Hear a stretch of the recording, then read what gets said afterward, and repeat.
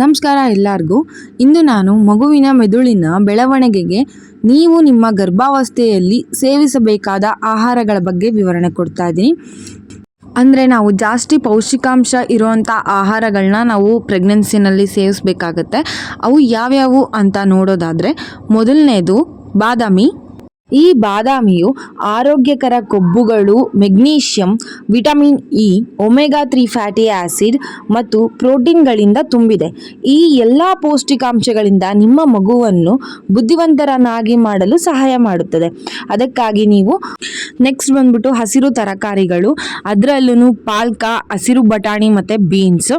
ಈ ಹಸಿರು ತರಕಾರಿಯಲ್ಲಿ ಫೋಲಿಕ್ ಆಸಿಡ್ ತುಂಬ ಇರುತ್ತೆ. ಸೊ ಹಾಗಾಗಿ ನಮಗೇನಾದರೂ ಡೈರೆಕ್ಟಾಗಿ ಫೋಲಿಕ್ ಆಸಿಡ್ ಬೇಕು, ನಾವೇನು ಸಪ್ಲಿಮೆಂಟ್ಸ್ ತೊಗೊಳಲ್ಲ ಅನ್ನೋರು ಹಸಿರು ತರಕಾರಿಗಳನ್ನ ತೊಗೊಂಡ್ರೆ ಒಳ್ಳೆಯದು. ಮತ್ತು ಈ ಪಾಲ್ಕ ಆಗಿರ್ಬೋದು, ಹಸಿರು ಬಟಾಣಿ ಆಗಿರ್ಬೋದು, ಬೀನ್ಸ್ ಆಗಿರ್ಬೋದು, ಇದರಲ್ಲೆಲ್ಲ ತುಂಬ ಐರನ್ ಕಂಟೆಂಟ್ ಇರುತ್ತೆ. ಹಾಗಾಗಿ ಇದನ್ನು ತೊಗೊಳ್ಳೋದು ಕೂಡ ಒಳ್ಳೆಯದು. ಮತ್ತು ನಿಮ್ಮ ದಿನನಿತ್ಯದ ಆಹಾರದಲ್ಲಿ ಕನಿಷ್ಠ ಅಂದರೂ ಒಂದು ಆದರೂ ಹಸಿರು ತರಕಾರಿನ ಸೇವಿಸೋದ್ರಿಂದ ನಿಮ್ಮ ಮಗುವಿನ ಬೆಳವಣಿಗೆ ತುಂಬ ಚೆನ್ನಾಗಾಗುತ್ತೆ, ಮಗುವಿನ ಬ್ರೈನ್ ಡೆವಲಪ್ಮೆಂಟ್ ತುಂಬ ಚೆನ್ನಾಗಾಗುತ್ತೆ ಅಂತ ಹೇಳ್ತಾರೆ. ಮತ್ತು ಅಂಗಾಶಯದ ಹಾನಿಯಿಂದ ನಿಮ್ಮ ಮಗುವಿನ ಮೆದುಳನ್ನು ರಕ್ಷಿಸಬೇಕು ಅಂದ್ರೂ ನೀವು ಹಸಿರು ತರಕಾರಿಗಳನ್ನ ಸೇವಿಸಬೇಕು.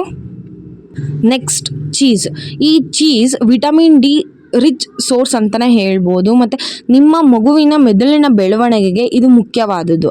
ಹಾಗಾಗಿ ನಿಮ್ಮ ಆಹಾರದಲ್ಲಿ ಅರ್ಧ ಚಮಚ ಆದರೂ ಚೀಸ್ನ ಸೇರಿಸಿ ತಿನ್ನಿ.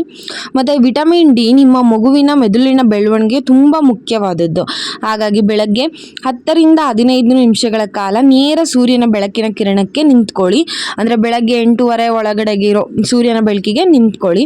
ಈ ವಿಟಮಿನ್ ಡಿ ಕೊರತೆ ಏನಾದರೂ ಬಂದರೆ ಬುದ್ಧಿಮಾಂದ್ಯ ಮಗುವಿಗೆ ಕಾರಣ ಆಗುತ್ತೆ. Next walnut. ಆರೋಗ್ಯಕರ ಮೆದುಳಿನ ಬೆಳವಣಿಗೆಗೆ ಅಗತ್ಯವಾದ ಒಮೆಗಾ 3 ಫ್ಯಾಟಿ ಆಸಿಡ್ ವಾಲ್ನಟ್ಟಲ್ಲಿ ತುಂಬ ಇದೆ. So walnut omega 3 fatty acid rich source ಅಂತಲೇ ಹೇಳ್ಬೋದು. ಹಾಗಾಗಿ ಪ್ರತಿದಿನ 3 ರಿಂದ 4 ವಾಲ್ನಟ್ ಅಂದರೂ ಸೇವಿಸಬೇಕು. ನೆಕ್ಸ್ಟ್ ಈ ಕುಂಬಳಕಾಯಿ ಬೀಜ ಅಂದರೆ ಪಂಪ್ಕಿನ್ ಸೀಡ್ಸ್. ಈ ಪಂಪ್ಕಿನ್ ಸೀಡ್ಸಲ್ಲಿ ಸತು ಅಂದರೆ ಜಿಂಕ್ ತುಂಬ ಇರುತ್ತೆ. ಸೊ ಈ ಕುಂಬಳಕಾಯಿ ಬೀಜ ಜಿಂಕ್ ರಿಚ್ ಸೋರ್ಸ್ ಅಂತಲೇ ಹೇಳ್ಬೋದು. ಈ ಕುಂಬಳಕಾಯಿ ಬೀಜ ಬುದ್ಧಿವಂತಿಕೆಯನ್ನು ಸುಧಾರಿಸುವುದರ ಜೊತೆಗೆ ಸರಿಯಾದ ಮೆದುಳಿನ ರಚನೆಯನ್ನು ಮಾಡುತ್ತದೆ. ಹಾಗಾಗಿ ಕನಿಷ್ಠ ಪಕ್ಷ 1 ಚಮಚ ಆದರೂ ಕುಂಬಳಕಾಯಿ ಬೀಜನ ಪ್ರೆಗ್ನೆಂಟ್ ಲೇಡೀಸ್ ತಿನ್ನೋದು ತುಂಬ ಒಳ್ಳೆಯದು ಅಂತ ಹೇಳ್ಬೋದು. ನೆಕ್ಸ್ಟ್ ಹಾಲು. ಈ ಹಾಲಿನಲ್ಲಿ ಕಬ್ಬಿಣ, ಕ್ಯಾಲ್ಶಿಯಂ ಮತ್ತು ಇತರ ಪೌಷ್ಟಿಕಾಂಶಗಳು ಸಮೃದ್ಧವಾಗಿದೆ.